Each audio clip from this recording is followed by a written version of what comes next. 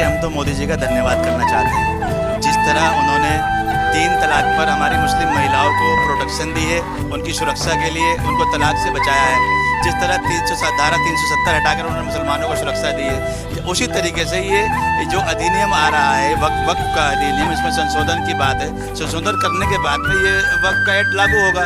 इसलिए लागू होने से मुसलमानों की जो ये प्रॉपर्टियाँ, जो एक पसमानदा समाज का हक है, जो एक मुस्लिम दबे कुचले समाज का हक जो वक्त की प्रॉपर्टियों पर है, वो अशराफ तबके ने कब्जा रखी है। सांप बनकर कुंडली मारकर उस पर बैठे हुए हैं। वो सारी आमदनी वो खुद ले रहे हैं, जबकि वो आमदनी मुस्लिम समाज पर लगनी चाहिए।